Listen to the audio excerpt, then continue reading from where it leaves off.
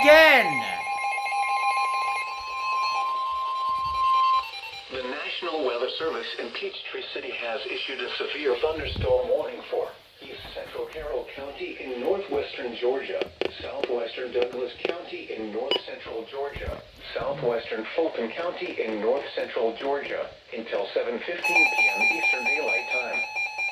At 6:33 p.m. Eastern Daylight Time, a severe thunderstorm was located over Chattahoochee Hills, or 10 miles south of Douglasville, moving west at 10 miles per hour. Hazard, 60 miles per hour wind gusts and quarter-size hail. Source, radar indicated. Impact, hail damage to vehicles is expected. Expect wind damage to roofs, siding, and trees. Locations impacted include Palmetto, Chattahoochee Hills, Campbellton, Byers Crossroads, Fairplay, and Hanna. For your protection, move to an interior room on the lowest floor of a building.